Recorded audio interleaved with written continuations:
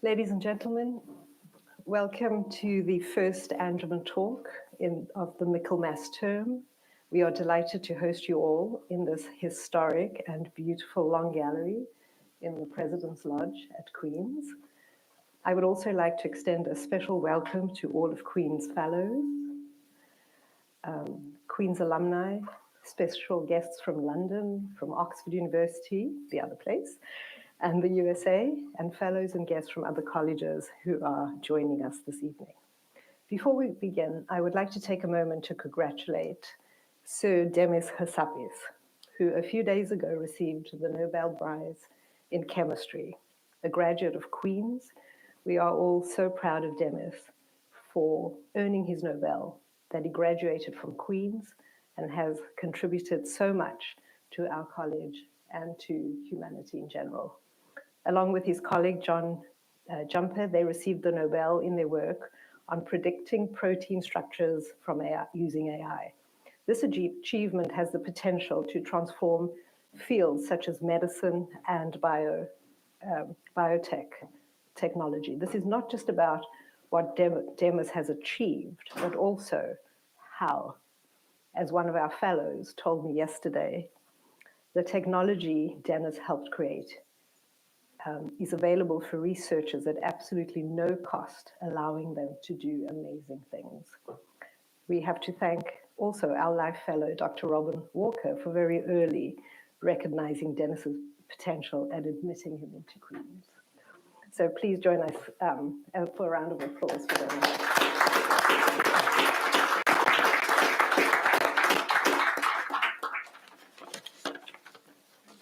Our very special guest tonight is Dr. Tai-Heng Cheng. Tai is the co-leader of Sidley's Global Arbitration, Trade and Advocacy Practice.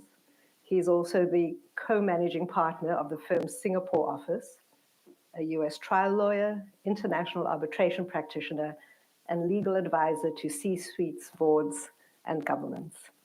Tai has the rare distinction of being recognized on multiple continents as a preeminent disputes lawyer. In 2023, he received the highest award in the US for international arbitration, Law 360's MVP. He was concurrently elected by Asia Legal Business as a finalist for Disputes Lawyer of the Year in the region, and identified by the Legal 500 as a leading lawyer in Latin America. Who's Who Legal recognizes Tai as a US thought leader. Virtually unique in chambers, Tai is recognized in all three categories for international arbitration, counsel, arbitrator, and enforcement. Tai was born in Singapore, and he's now a naturalized US citizen, fluent in both English and Mandarin. He has a JSD and LLM degree from Yale Law School, a BA First Class Honors in Law, and MA degree from the other place, and a graduate diploma in Singapore law. Tai is a trustee of the Frick Museum, board member of the Smithsonian Institute, the National Museum of Asian Art, chair of the Board of American Friends of St. James's Church in Piccadilly, and a trustee of the Cheng Harrell Institute for Global Affairs, among many of his civic engagements. Tai, a very warm welcome to Queen's and to Cambridge. Thank you, Anna. It's been a lifelong goal of mine ever since I attended the other place. That one day, if I was lucky, I'd be invited to give a fireside chat in the grand environment of a president's lodgings. And so thank you so much, Anna, for extending that invitation to me. And of course, to all of you who have come. I know that your time is precious, and especially those of you who have traveled great distances. Richard, I have to confess I'm a little intimidated from speaking in your presence, the leading lawyer in private international law. I shall try to not make too many mistakes that you feel compelled to point out. International law, as Brearley said in the fifth edition of the Law of Nations, is neither a myth on the one hand nor a panacea. It's an institution for the building of a better international order. These words have special meaning of why we are gathered here today. Tai, in your recent book, Investor-State Arbitration, in a Changing World Order, you examine the sustained worldwide challenges to investor-state arbitration arising from across the political spectrum. Can you please give us a brief overview of the work in your book? Well, because I understand this audience comprises lawyers and non-lawyers, everyone expert and brilliant, but not necessarily the same technical background as me. Let me set the stage. Investor-state arbitration is a form of dispute resolution where a foreign investor going into a country makes an investment, the country takes certain measures that destroys or damages the investment, and by treaty, the foreign investor then has an opportunity to bring the case before an international tribunal, such as before the World Bank, for adjudication and the award of damages, typically, if there is a loss. This is a signal achievement in international law, because for thousands of years, only states, nation states, had standing in international law. And now we've given private rights, rights to private corporations. Alongside that, by the way, rights to humans, which is another new field of international law. Prior to that time, disputes were sorted out through gunboat diplomacy. So if you were a US corporation and you invested in a country overseas and they seized your factory or seized your mine when they realized the mine had a lot more resources than you thought, you would call the State Department and you would call Commerce in the United States and say, we need your help. Or if in the UK, you'd call the Court of St. James. And the Foreign Secretary might intervene with his counterpart diplomatically. And if it was serious enough, as in the case of the United States sometimes, we send gunboats. That obviously is not conducive to peace. I suggest to you that however imperfect a system of dispute resolution is, it is preferable to gunboats. So why then do we have this backlash? Having laid out my case to you with such obvious utility, what's happened? Well, investor-state arbitration began really through a web of treaties that began in the 1950s, post-World War II, where capital was being exported from the north, basically Europe and North America, to the south. And the OECD countries, representing their corporations, thought, well, we better give some strong protections to our corporations when they go to faraway places. And that worked well for a good number of decades, but the world has changed. Capital flows are no longer just north to south. They're flowing from the south to the north. China is investing heavily around the world, and they've become regional.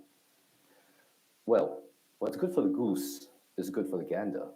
And all of a sudden, it's not just Argentina that's been sued, Spain was sued for over 30 cases concerning its efforts to move towards renewable energy, which therefore damaged all the foreign investors who had old energy projects.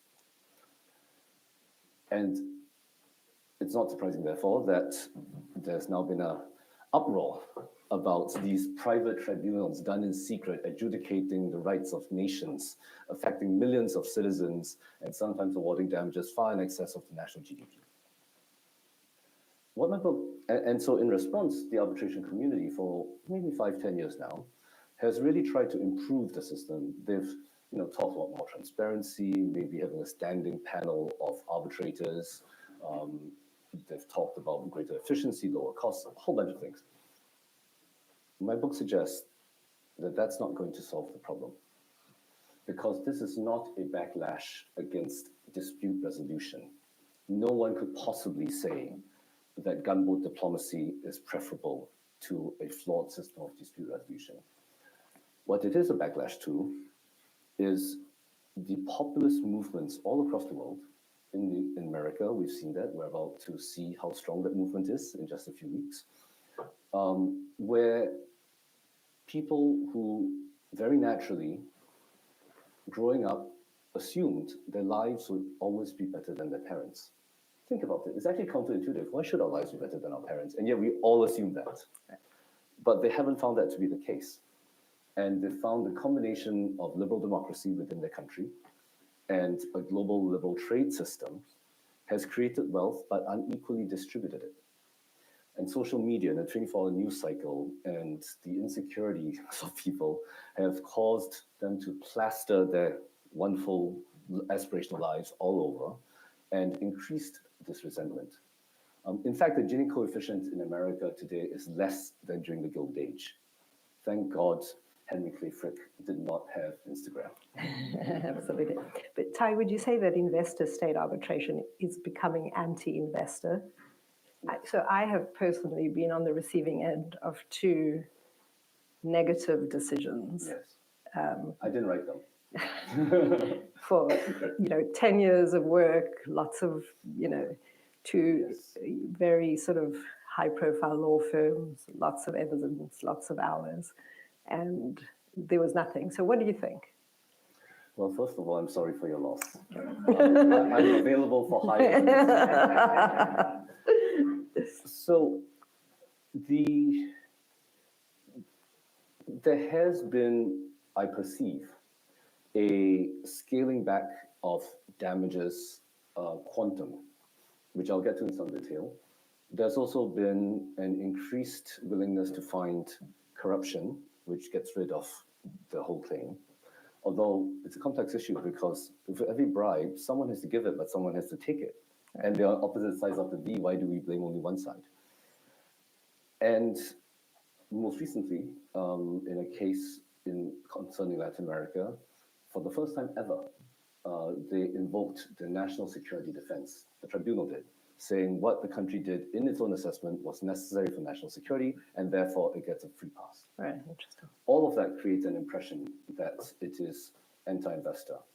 I guess I would say it is less pro-investor than before. Right. No, I would agree with that. But returning to my earlier point, what's going on here? If you look at the statements of Elizabeth Warren and AOC, Alexander Cortez, our congresswoman from New York, when they were debating the new NAFTA, their comments were not directed at the procedural imperfections of dispute resolution or the treaty system. They were directed at, are we protecting the rights of our laborers in America enough? Are we protecting the industries that have strong unions, the auto industries? So the criticism directed against investor-state arbitration is misplaced, and the response is mistargeted. Right. And so, but the thing is, arbitrators are limited in what they can do. Somewhat like judges, they are authorized and required to apply the law, the treaties, to the facts according to the evidence. They're not allowed to issue Solomonic decisions or rewrite treaties. There is a different process for that. I would suggest that to really fix this, we need to look at the substantive provisions of the treaties and for states to consider whether there needs to be a different kind of balancing. And more than that, countries have to figure out how to bring along the middle class so that people feel that the existing trade system benefits them as much as anyone else, and they are invested in that system. Okay. Only then will the ancillary mechanism of dispute resolution appended to the existing trade system be able to finally shed its status as being a whipping boy. Tai, before we get too deep into international arbitration, tell us about your journey from Singapore to England to the United States. Well, it was long. So I was born in Singapore, went to school in Singapore, did my military service, I'm proud to say. And, well, I suppose enough time has passed that I can say this. One day I woke up and decided, wouldn't it be nice to go to Oxford or Cambridge? And so I applied. The problem is, I applied 3 months before Michelmas term was to have begun. Wow. And Cambridge, in its wisdom, rejected me, and Oxford accepted me. So that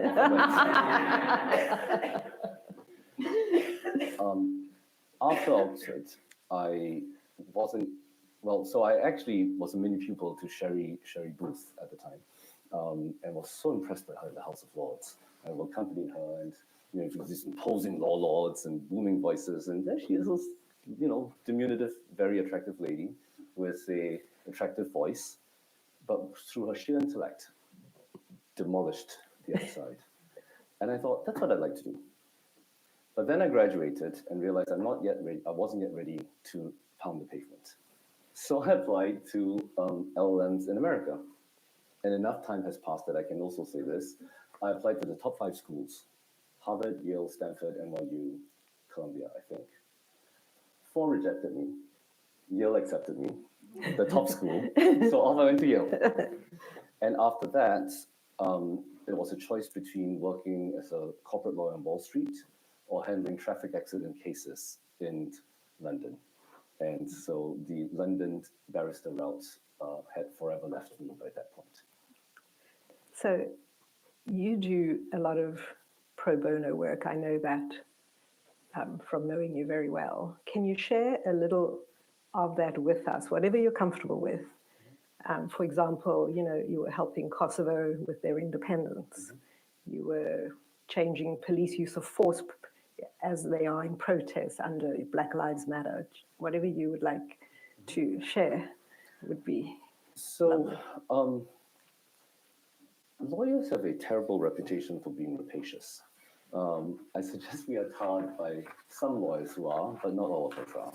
And many of us actually view it as a calling and a special skill that we use to give back. A friend of mine who runs a charity once said to me, Tai, if you're really committed to helping us, stop painting our walls. That's not the highest and best use of your talents. Use your legal skills. And she said, if you're just painting walls, you're making yourself feel good about yourself. If you're using your legal skills, then you're actually making the biggest impact that you can. And my firm, Sidley Austin, has a long tradition of commitment to public service. We spent something like 300,000 hours of pro bono work last year, and it's typically around that amount. It's not a secret, law firm billing rates are in the 4 digits. Do the math. It's a lot of revenue that we've left on the table to do good.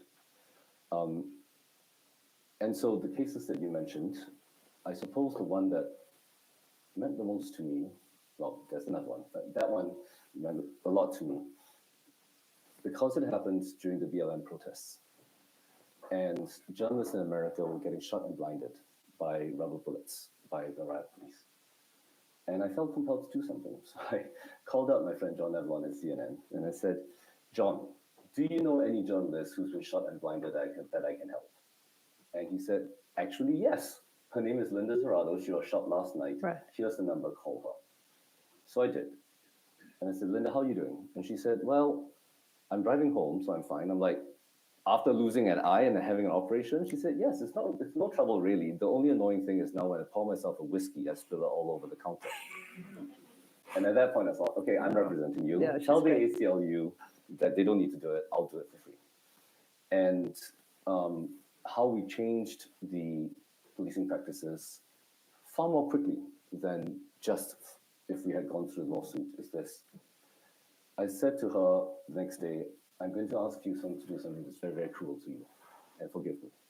I need you to go to your camera and look at the last 5 photographs you took before you were shot. True, and as I expected, riot police in a line, pointing their guns at her, loading their guns, and that's the last picture. And the police all have badges, by the way, right. So it's actually identifiable. So I thought, well, that's no good putting it in court. It'll take too long. So I called up Brian Salter at CNN, who does a Sunday morning show, and I said, tell you what, if you run this article, I'll give you the exclusive. You can break the news. So he did. That afternoon, I'm told the Minneapolis Police Department had frenetic emails flying around the police officers saying, check those images, make sure it's not your tag. And then the next day, they retracted their denial to the New York Times. Frances Robles, the New York Times reporter, was furious, of course, that they had lied to her. And so she published that on the news feed of the New York Times website so everyone could see it. And that put quite a lot of pressure on the police department to take this seriously. And we survived the motion to dismiss. It's hard to establish a civil rights claim in America. You have to show a pattern of repeated conduct over a period of time. Right. Whereas here we're talking about 3 or 4 days of riots. But I persuaded the chief judge that 7 incidences in 7 nights is a pattern of repeated conduct in these circumstances, and we survived. So we settled it. And I said to Linda, please let me go to trial. I'll give you so much more money. And she said, no, I want to get on with my life. As a journalist, I cannot be in a lawsuit and have my notes be subject to discovery. So we settled it for some that she wanted. But in addition, she insisted, and we got it, a change in the policing practices on the use of lethal rubber bullets. And that, I think, was what she wanted the most. Postscript. I always had a feeling that that was not the only reason why she wanted to settle it. Turns out the bullet, she won't mind me saying this, the bullet caused brain damage. Oh. And she's now progressively losing her languages. And she wants to finish her next autobiography before that happens. She's well along. She called me up the other day and said, Tai, I have a description of you. Can I run it by you? I said, all right, oh dear. And it said, Tai is the most mercenary lawyer you will ever meet, with the kindest heart. Tai, are we back to the first half of the 20th century in time? A time that was marked by so many significant global events, major wars. We have a crisis today. Where does this leave international law as we know it? And where are we going? International, as it has developed, covers a vast field of different subject matters. But the single most important thing that emerged out of public international law after 1945 was a system of rules and regimes and norms and institutions that have prevented us from getting into another world war for well over half a century. And in my view, there are three key struts to this current world order that we have that has worked so well so far.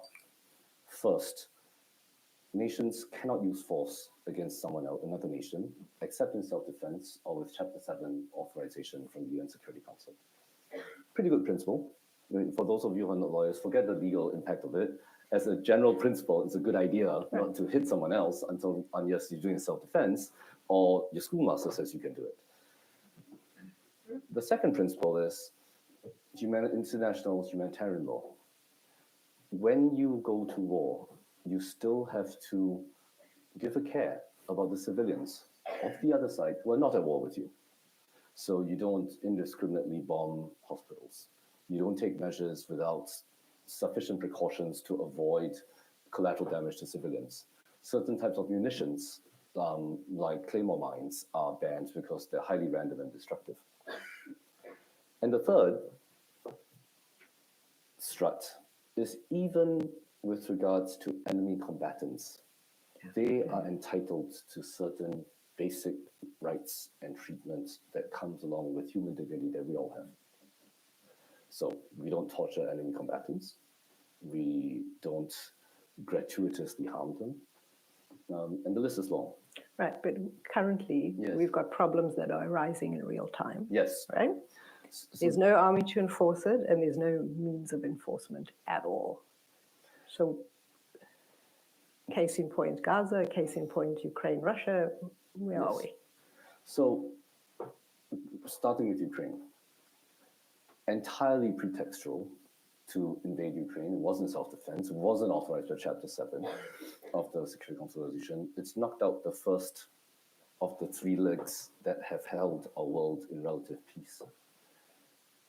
Arguably, the way in which it has been fought by both sides in certain of the tactics and some of their equipment has violated the other two struts, protecting civilians and treating enemy combatants in a way that's not unduly cruel. Gaza has done the same thing. Now, Gaza, arguably, it's clearly in self-defense, not arguably, it's clearly in self-defense. But the scale of the response and the length of the response and the method of the response, many would say, and the International Court of Justice has pronounced, violates the other two limbs that we're talking about. And so again, just take out the law hat for a minute and just think, if we want a world that's safe, we want to not fight with each other, and when we fight, we have to fight fair, and we don't want to fight with, and we don't want to drag into it innocent people on the playground. All three of those principles are now infringed upon. And the problem with infringing upon a principle like that is that other states later come along and say, well, you did it first, we can do it too.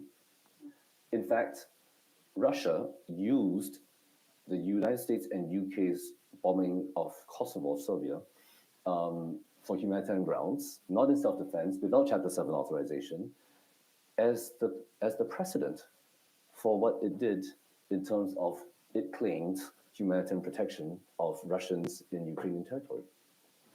So first thing we need to do is be careful about creating exceptions for special situations, because one day your ox can be gored too. I'm certain that the outcomes in Ukraine and Gaza will be a function of power, military power, economic power, diplomatic power. But that does not restore the international legal order. What needs to happen is that the exercise of power needs to be accompanied by normative force, by joint common statements and consensus of nations and people as to what the appropriate standards of conduct are, to reaffirm the three struts that I described to you. That is happening. The International Court of Justice, in a remarkable decision, which I think was all but 2 votes, which is in the ICJ as close to unanimous as you could get, found the occupation of Gaza to be illegal. We can debate whether they went too far or not, but there are efforts by authoritative bodies to reassert principles that have existed. The International Criminal Court has brought indictments. Again, you could argue whether it's political, it's appropriate, but it's an effort to reassert the system as it is. And we need more of that. When Gaza happened, I lobbied some nation states, and I said to the governments, it's too controversial now to sign a resolution that's either pro-Palestinian or pro-Israeli, but surely you can sign UN General Assembly resolutions or put forward resolutions that protect humanitarian aid to civilians. That is something on which we can all agree. And so they did. I don't think they did it because I told them to do so, but they did it, and I'm happy that they did. And so these efforts cumulatively, I think, will restore our order. But we also have an opportunity here, which is to modify the rules in a way that keeps pace with the nature of warfare today and geopolitics. But at the baseline, the core principles have to be reestablished. But how do you, I mean, these states are all acting with impunity. There's no enforcement mechanism. So where does this leave the International Court, the UN, the General Assembly? Essentially, there is no enforcement mechanism, and therefore this is where we find ourselves. Powerful states acting with impunity. Right. Microstates don't. Right. Yes. And so the legal system is not perfect, as you said. It's more than a myth, but less than perfect. And there is no silver bullet. From my particular school of international law, by the way, I shed all my analytic jurisprudence from Oxford eventually. I went to Yale, and I thought, and now I think of law now as process.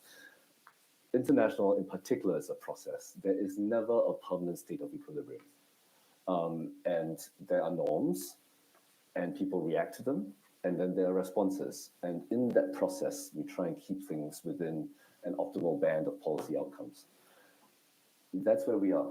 We have efforts. They are not perfect. They're not silver bullets. And cumulatively, I can only hope that we will restore some semblance of order that continues to keep us out of a world war for the next 50 years. Do you think we'll ever come up with an exception to state immunity as we know it? Well, we already have exceptions to state immunity. Typically, when a state... Enforceable. And enforceable. Oh, I have a Chambers ranking for enforcement. Okay. So state immunity is actually a domestic legal concept, which says in a domestic system, like the UK courts, you can't sue a foreign state because we don't want the UK to be sued elsewhere. So there's a sense of reciprocity and comity. There are exceptions, and they vary from country to country in different legal systems. By and large, they include things such as if a state engages in commerce, then it's no longer acting as a state, but as a private actor, and immunity does not attach. So you can sue the state. Right. And then if you win, you can seize their assets. It's really fun, actually, seizing assets of states. The problem is, I think what you're thinking of is state immunity for official government acts. Correct. Because acts of war are acts of government. Right, absolutely. And that falls squarely within the idea of sovereign power and authority. Right. And the US Supreme Court has recently made that very clear, at least as a matter of US law. Right. I don't think that decision is terrible, by the way, that a elected leader should be able to make decisions in good faith without fear of political recrimination through litigation later on. You're talking about Trump. In general, yeah, Trump in particular, but also but more than Trump. Right, we can't make law for just Trump, although I wish we could. No, in the context. Yeah. Yes, but what needs to happen is there needs to be another mechanism then to check an elected representative leader against his bad faith or corruption or ignorance or stupidity or whatever. And that's the impeachment process by the other branch of government, the legislature. Or by cabinet. The cabinet can actually remove him. It's just those mechanisms don't seem to be functioning so well right now. Right. But I think the fix is to fix those mechanisms, not to remove immunity for government actions. On a lighter note, AI and the law. Yes. What changes do you think the legal profession will go through as we cycle through artificial intelligence and its impact? Are you sure it's a lighter note? I think we're all going to lose our jobs. Yeah. So, I recently wrote a award against the Investor State Award against quite a significant country, and because I had some concerns about confidentiality, I thought, well, if they're gonna hack my computers and read one award, why don't I write an award with the opposite result? But I certainly wasn't going to spend the time to do it, so I asked ChatGPT to do it for me. The introduction came back in first draft, riddled with fundamental errors, like a first-year associate's memo. So I told ChatGPT what they did wrong. The second draft came back really quite good, one or two minor things, like a second-year associate's memo. And I gave ChatGPT some pointers, and the third draft came back, and it really was quite good. And so this is just an illustration that I think AI is going to get to the point where it entirely replaces junior lawyer functions because those are largely technical in nature and labor intensive. AI is essentially just big data and computing speed. And if the skills required are rudimentary, then a computer can do them more efficiently and more cheaply. What that means is that we'll need far fewer lawyers in America. I don't feel entitled to comment about England, but in America, we'll need far fewer lawyers, which means there should be far fewer law schools. There are currently about 300 law schools in America. And then I asked myself, well, why then do people hire me? And on a good day, I tell myself it's because I have better ideas than them and they want my ideas. And on a bad day, I tell myself, come on, Tai, there's no way a CEO thinks you're smarter than them. They want your networks because you can make things happen because you have different networks than they do. Well, if that is the value that people are willing to pay for among senior lawyers, then we have to figure out a way to get law students to that point without going through the current process of being a junior lawyer as much. And I think that model is essentially the Oxbridge tutorial model. Right. Because you have smaller ratios, you have a mentorship if there's a chemistry between the professor and the student, and sometimes it can be lifelong. You are taught to articulate your thoughts with clarity, to challenge your ideas, and you're networked with other people who are in all likelihood likely to go on to become very, very successful and part of your extended network through which you can exercise some influence. So recently, Forbes in the US wrote an article on you a couple of weeks ago. Yes. How do you think they portrayed you? You know, I actually really, first of all, it was too flattering and too kind. But and a bit embarrassing, therefore. But I thought the reporter was the best sort of journalist because she saw insights about me that I didn't even know. But having seen it, wrote it in such a self-evident way that it seems so obvious. How could I not have known that? And one thing I've been struggling with is, you know, I do things, a friend of mine said this, there are things we do to make a living, and then there are things we do because we make a living. And I was struggling to find a common thread between the things I do to make a living and the things I do because I make a living. And Alexander Bragman's name of the lawyer, reporter, found it. She saw that there was a common thread of me being motivated by wanting to leave the world a little better, to trying to do my bit, and having, she called it courage to do it. I call it just sheer pigheadedness. Well, philanthropy is very close to your heart. And the next day after that article was published, Vogue ran an article on jewelry that you had designed, but for philanthropic causes. And how did that come about? How did you feel doing that? And Yes. what did that mean? Well, some lawyers garden for a hobby. Others have children. I designed some jewelry. So I went to see my jeweler, and she said to me, Tai, I'm doing this collection to raise funds for the Dementia Society in Singapore. I need a men's collection to accompany the women's collection that I've done. I don't know how to do men's jewelry. Can you help? So I said, I'm not sure I can, but I'm willing to try. And she said, so I said, what's the theme? And she said, hearts, arrows and hearts. And I said, no, that won't do. I cannot do a men's collection that says arrows and hearts. I'm going to do nails and souls. And it's all centered around these bad scientific experiments from the 1900s that weighed the human soul at 21 grams. And ironically, the patients who were weighed before and after death were dementia patients. Oh, wow. Interesting. And so that's the connection too. So this piece, which I'm wearing right now, is one of them. It's a bracelet with a tourmaline in the center. Tourmaline's, of course, the October birthstone. It's 2.1 carats. And the bracelet is 2 nails piercing the tourmaline, weighing exactly 21 grams. So it's a soul nailed to a soul. There is a ring that is a 2.1 carat diamond with one inclusion, because no soul is perfect, set into 21 into the ring that's 21 grams that covers the diamond entirely. You can unscrew it and reveal it, but it is covered. A soul encased in a soul. And then there are 1 or 2 other pieces. And I really did it. I'm a terrible lawyer to myself. I have no contract, didn't retain any IP, gave her the designs, have no royalties. But it was fun for me, and I enjoyed doing it.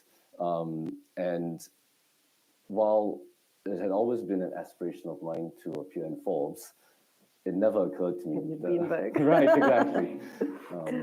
And by the way, 8 of these have already sold, so that makes me legitimately a men's jewelry designer. That's a good. So you know Jake Sullivan, the US National Security Advisor, well from your time together at Yale. He devised a plan on how to deal maybe collectively with Russia, Iran, and China. But what really happened there? What went right? What went wrong? What's your view on that? So this is an example of how at Yale you have these incredible networks, and I'm literally bottom of the class. Because Jake Sullivan was at Yale when I was there. My classmate, Stephen Hill, is the general counsel of NATO. Several ambassadors are there, and law professors. And at Yale, if you're a practicing lawyer, you're sort of the grubbiest of the lot. I am not a government official. I have no access to government secrets, so everything I say is supposition in this regard. It is well known that the United States military can fight 2 wars, not 3. Or we can do one national disaster and 1 war, but we can't do more than that at any one time.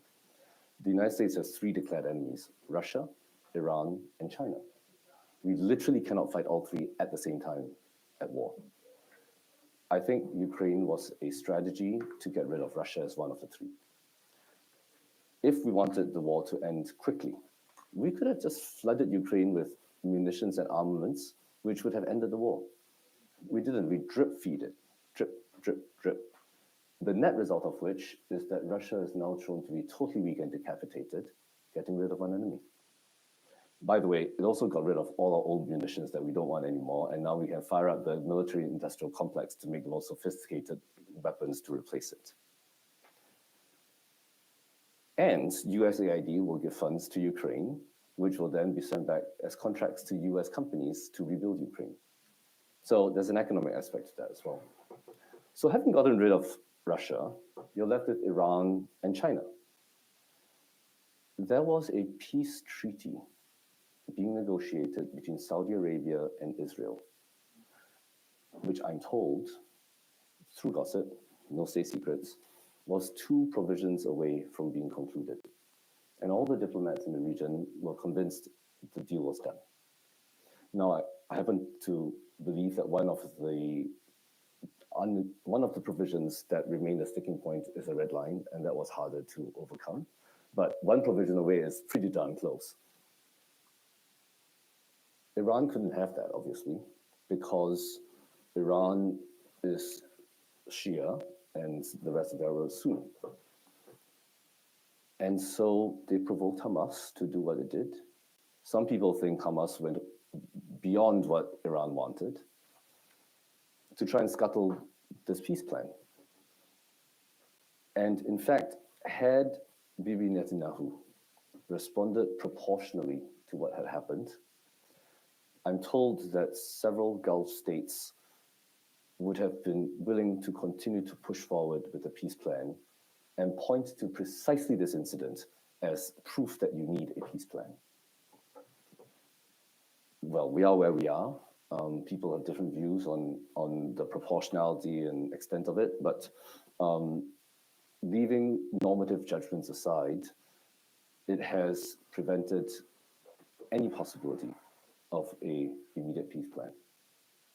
So ironically, if this hypothesis is correct, then Jake Sullivan, who I openly admit is smarter than me, has been outsmarted by the Greek gods, because his plan to get rid of 2 countries, leaving only China to deal with, has left him in exactly the conundrum that we're trying to avoid, because we're in 2 wars and don't have the capacity to fight a third in the Pacific theater. This concerns me greatly because if you were a country looking to reclaim a province and the United States is otherwise at capacity in other parts of the world, that provides a perfect window. And so I decided at that time that while no one can stop 2 countries from wanting to go to war, we can at least try to prevent them from accidentally going to war. We needed a red phone between China and the US, just like in the Cold War, we had the red phone between Russia and the Soviet Union and the United States. So I lobbied certain heads of states, whom I thought would be trusted by both sides, to please serve as the red phone. Practice note, if you ever lobby heads of states to do something in foreign policy, the next thing that happens is you get investigated to make sure you're not a foreign agent. I'm not a foreign agent, I'm fine, I'm still here. Steve Schwarzman, by the way, I learned, had the same idea as I did, except he didn't lobby states leaders. He offered himself as the red phone. Interesting. Very interesting. Told to me by the head of one of the colleges at Oxford. And so I'm, however, now far calmer about this because I was terrified the Pacific theater would open, and that literally then is a world war, right? You've got the European theater, the Pacific theater, and the Middle East theater. Jake Sullivan's visit to China recently, I infer to be a conversation about let's both not go crazy. There may be incendiary things we have to say about each other, especially in the run-up to the US election. Please don't take it personally. It's just the elections. And you know, it bodes well that people are talking again at high levels. I don't have no idea what was discussed. I'm just sort of, you know, I have an imaginative mind. I make things up. It's a moment to just take a few questions, Tai, from the audience, if that works for you. I had one, if I may. Actually, I had several. I so much enjoyed your talk. It was wonderful. Thank you so much. And I'd love to debate all the ins and outs of international dispute resolution, but I was going to ask you a very different question. I sense from what you're saying that you value the importance of legal education. Yes. Well, let us suppose that we were to invite you to Cambridge and ask you to stand up in front of our first year law students. So the first minute of the first hour of the first day of their legal career. What would you say to them? What advice would you give to them about the years they have ahead as lawyers in training?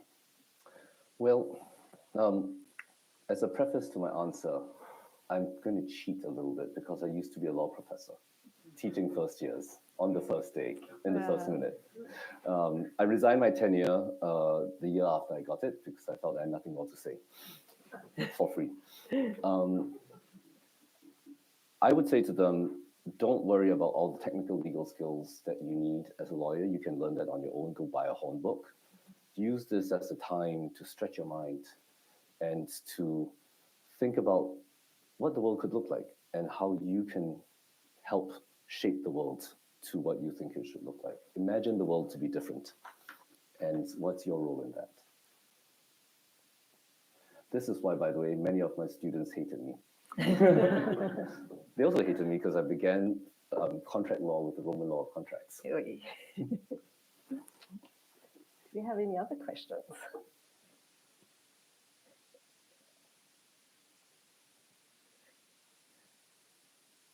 So how you had a couple from online.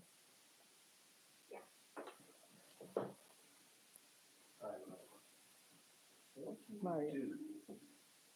And thank you very much for that fascinating, both legal, geopolitical, economic overview. What do you do when the norms of international law have been breached? Now, I'm thinking in particular about Russia, Ukraine. How do you, where do you go from here? How do you sit down? And how do you manage to say, do you know what, we're going to reinstate that law. We're going to reinstate these wonderful articles and wonderful treaties. Where do you go from there? Well, actually, in many ways, international law and domestic law are totally different in complexion and character. I sort of think of them as international law is to domestic law as sea elephants are to elephants.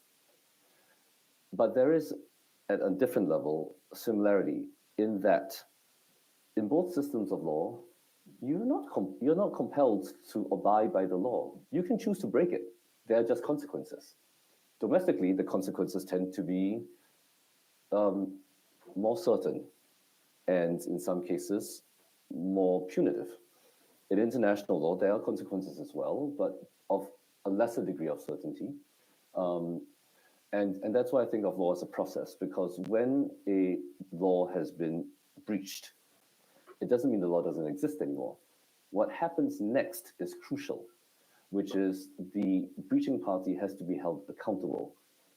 And it may not be in a formal court of law, but the legal argument that it breached certainly plays into justifying normatively actions that are taken against their country, whether it's sanctions, like we've done, or supplying arms, like we've done.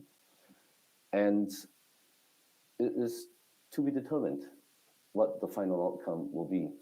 I was talking to the Secretary General of a arbitral institution this year, and we were discussing this idea of the awards not being enforceable, which is analogous to the concern I think you raised. And he said, Tai, but you got this wrong. You can't look at this on a one-year time frame. If you give it 10 years, you'll find by and large that the awards are largely followed. And he's correct. And so it's a question of time frame. We are used in domestic systems to relatively quick adjudication and finality, and we're done. The nature of diplomacy is slow. And arguably, it's a good thing that it's slow, because if you're still discussing, then you're not going to war. Thank you, Tai. Great, yeah, wonderful. If you woke up and were a young adult again, I'm still a young adult. Would you change anything, and if so, what? I wouldn't change a thing. I have reached a point in my life where I recognize that every trial and tribulation, while painful and traumatic and so on, has made me to who I am today. It's given me the character I have, good or bad. And every success has carried with it, if I'm not careful, things that are less attractive: hubris, complacency, narcissism. And so I don't think of things as things to change or good or bad. I just think of things as past facts and how they've shaped me to who I am today. There's a wonderful Joni Mitchell song, by the way, which says, it's called Both Sides Now. And she says, I've looked at life from both sides now. I burst into tears when she sung it at the Grammys this year. Yeah. So did Meryl Streep, so I'm in good company. Yeah, sure. Tai, you kindly invited us last year. You're chairing St. James's Church with the Duke of Edinburgh. Yes. It's a very, very big fundraising effort. Can you tell us a little bit about it and how it's going and the far-reaching effects of it? Yes. Well, so St. James's Church is let me start by saying, even though I'm president of American Friends or chair of American Friends, I'm not Christian. And when they asked me to take this on, I naturally had the thought, why? And then I finally concluded after some months, just as one does not have to be gay to support gay rights, I don't have to be Christian to support a church whose values I admire. And they have a 400-year tradition of social justice. And what the church is doing now, in addition to restoring the very important building by Sir Christopher Wren, is they're building within it a Changemaker program, where they just announced last night, actually, at Windsor Castle, 5 youths from 5 different fields: science, arts, business, and 2 others, I don't know which, will be brought together and given classes to help them, think deep thoughts. And then they will have a 6-month internship with various corporations and so on to give them a boost in life. And the idea is, if you do this with enough people who are talented and motivated with the right values, over time, you'll have a critical mass of people who, in the rightness of time, will be driving change. And so I'm quite drawn to the idea that while restoring old buildings is challenging and important, as you have done here, Anna, it's the programs within it, as you have done here, that make it so valuable. Well, it's a wonderful initiative, and I know you've been very engaged with it, both in the US and the UK, and thank you very much for doing that. Okay. As Churchill said on democracy, it's not perfect, but it's the best that we've got.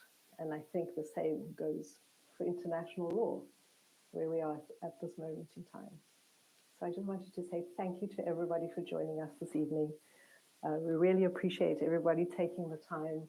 Thank you very much, and enjoy the rest of your evening. Thank you. Thank you, Ty.